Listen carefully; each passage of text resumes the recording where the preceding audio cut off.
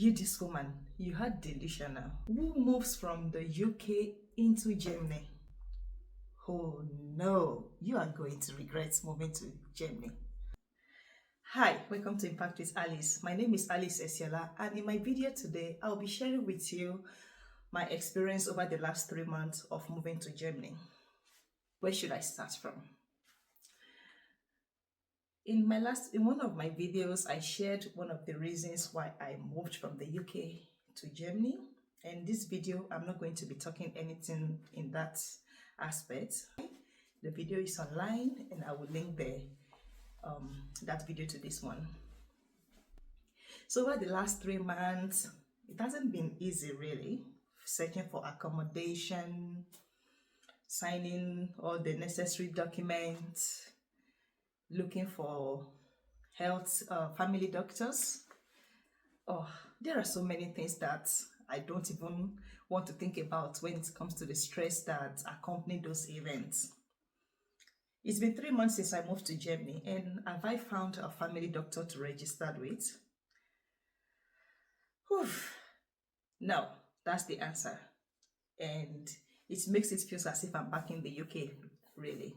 I remember when I just moved to the UK and I needed to register for dentist. I spent 7 years in the UK, and I was on a waiting list for a long time, since 2017 to 2022, before I was able to actually register with a dentist in the UK. So when I moved here, being a small city, actually some people say this city does not even exist. So there is a joke that Bielefeld in Germany is not a city. So if you want to know about the joke, please go online and search that why is Bielefeld not a real city. But I could tell you that in the last 3 years, in the last 3 months, I haven't been able to find a family doctor. I've been to 3 or 4 places to register, and they currently have waiting lists. So I'm on the waiting list. But does that mean that if I need to see a doctor, I will not be able to get a medical attention? No. If anything is urgent, they have the emergency unit where I could go, and then they will attend to me. Also, it was challenging finding a kinder act, that's called pediatrician, to register my little girl. When I arrived, I remember the first week I was going from one kinder act to the other, and most of them also, they have a long waiting list. And the ones that don't have waiting list were honest by telling me that, sorry, we are not taking new patients. The word did not end there. However, the day that my daughter had a terrible cold, I had to just walk into another kindergarten that was closer to the bus stop. And at first they were like, I should go to the children emergency center. And I told them that, I'm sorry, this is the closest I could come, because my little girl has been running temperature for the whole weekend, because the kindergartens are only open Monday to Friday. And she started having fever since Sunday midnight. That's Saturday/Sunday.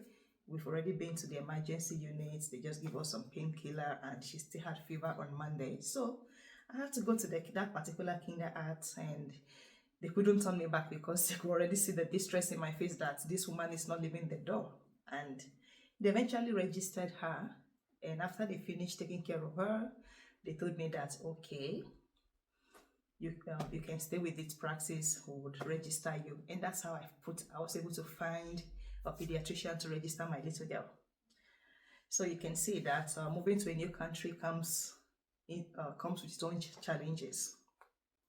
But am I regretting my choice of moving from the UK to Germany? Hell no. And why? My why is in the video that I told you earlier. I'm not regretting my choice. I'm happier. My partner I'm living in the same country as my partner for the first time in a long time. So definitely I am way happy and not regretting any choice that I have made.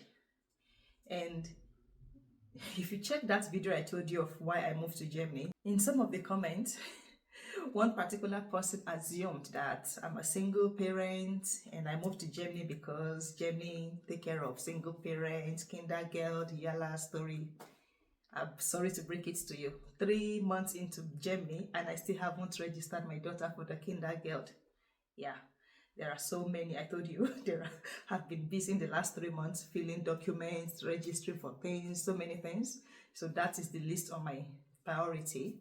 And that's because I know when the time comes, they will backtrack the payment of the kindergarten till the months that we moved in. So if you think that's one of the priority why I moved in, sorry, you are mistaken. Find a job and get yourself busy.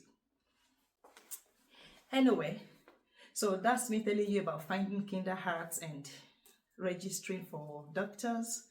Of course, the other essentials like finding a dentist, that has been checked.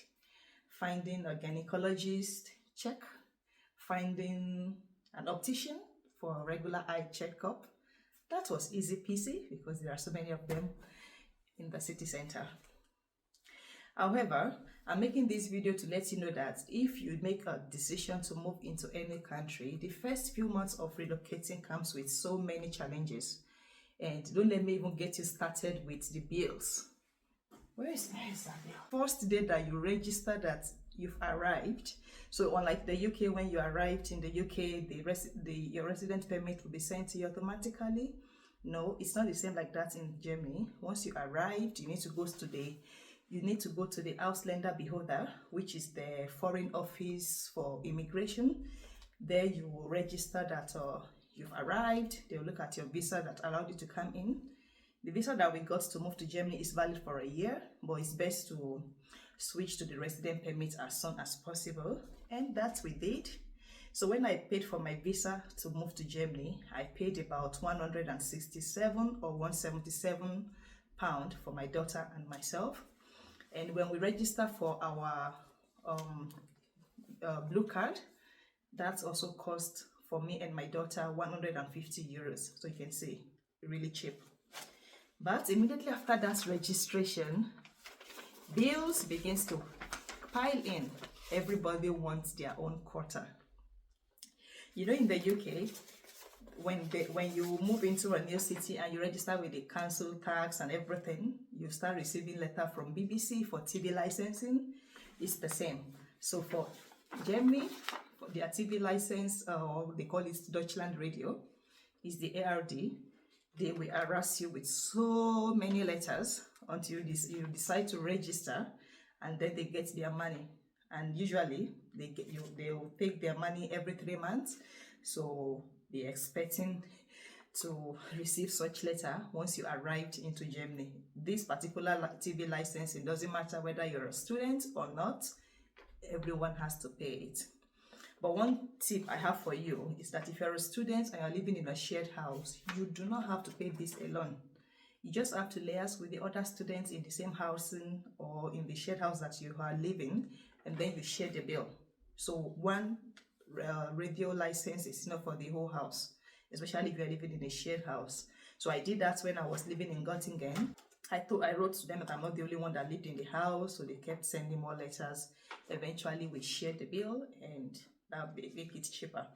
So have that in mind, that Deutschland Radio will get you no matter where. Even if you stayed in Airbnb, they will send that letter to the Airbnb. They did that to me, which I just ignored because I can't. Why will I be paying to stay in the hotel and still be paying your TV license fee? Nope. Another bill.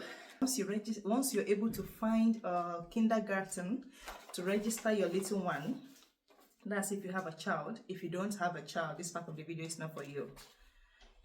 The kindergarten it's not the one you will pay directly the kinder fee to. So just like when you take your child to crèche, in this instance, if you are living in another country, you pay directly to the crèche that your daughter is registered in. But in Germany, you actually pay the crèche fee to the, what's it called now? Let me see what they call it. They call it, one second. I'm trying to, Amt für Jugend und Familie. So that's the department for young children and family. That department is where you pay the crèche fee to, and they will estimate how much the fee you need to pay for the crèche that your daughter is registered to. They will determine how much you are going to pay based on the number of hours your daughter is going to use at the kindergarten. So they have either 35 hours, I think 35 hours or 45 hours. So depending on which one you are choosing, if you choose that your child should be registered for 45 hours, then they will check the formula where they have number of hours and how much you pay. And that's also, they will decide how much you will pay based on your family income. For them to be able to, so they will not even ask you to tick which one you're going to be paying. They will ask for your pay slip, your husband pay slip. It was surprising that they even asked for the pay slip that I had when I was working in the UK.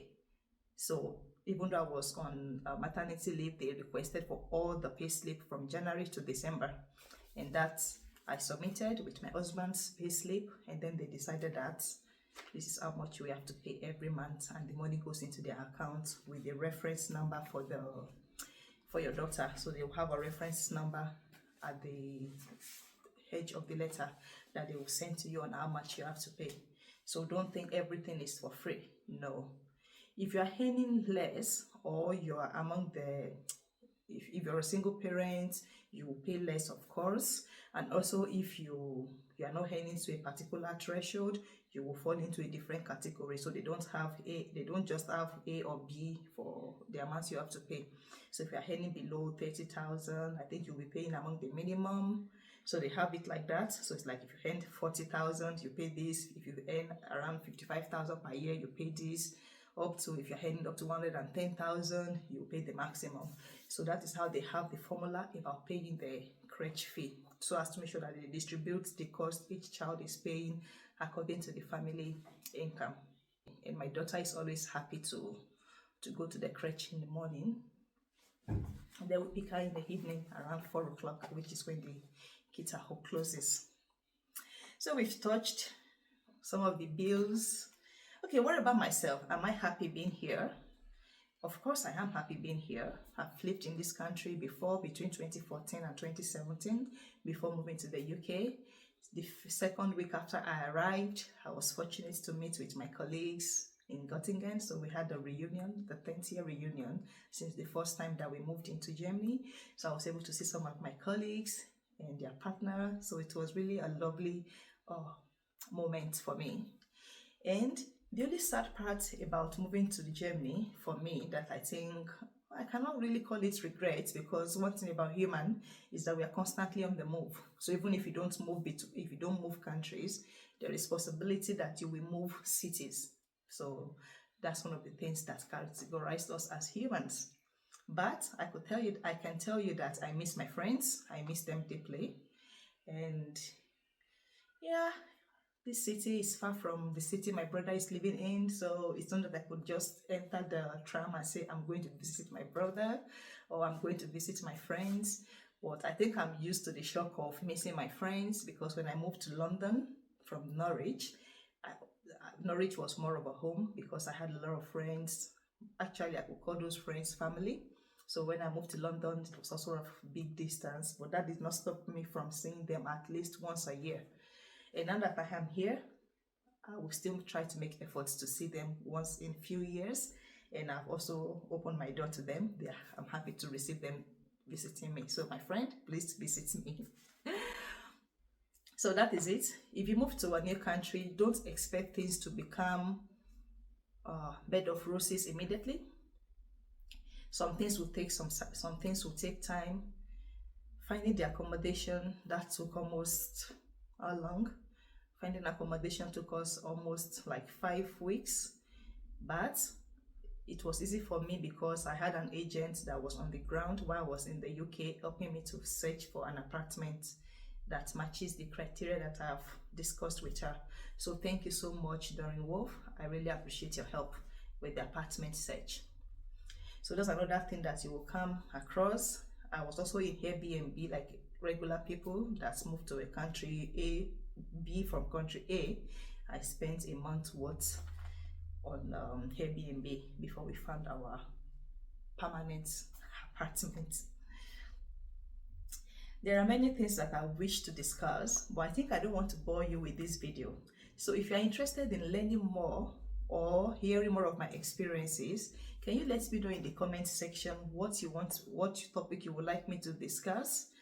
And I promised you I was going to share links or information about out finding job in Germany. I'm going to fulfill this promise by making sure that my next video is about this. Please like this video so that more people can see it. And if you want to subscribe to become a member of my YouTube family, please click the subscribe button. But if you have a bad mind thinking I'm regretting my choice, it's okay. Your opinion, not my opinion. And thank you for watching this video, and I'll see you in my next one. Goodbye.